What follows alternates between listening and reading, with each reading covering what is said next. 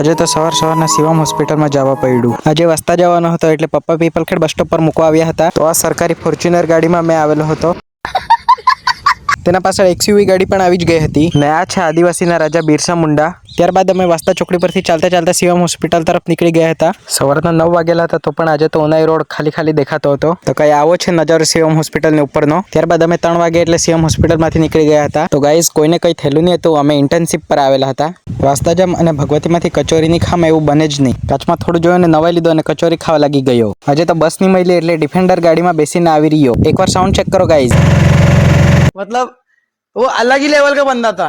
ત્યારબાદ અમે જય વ્લોગ સાથે નીકળી ગયા હતા હટવાડામાં જવા માટે. 20 રૂપિયાના ભજીયા ખાવા માટે 100 રૂપિયાનું પેટ્રોલ બગાડીને જતા છે ગાઈસ.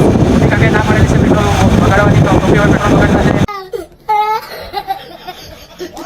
भी कुछ खिला दिया करो. ये कभी मांगते नहीं है लेकिन भूख इन्हें भी लगती है. ત્યારબાદ અમે પણ નાસ્તો કરીને નીકળી ગયા હતા ઘરે જવા માટે.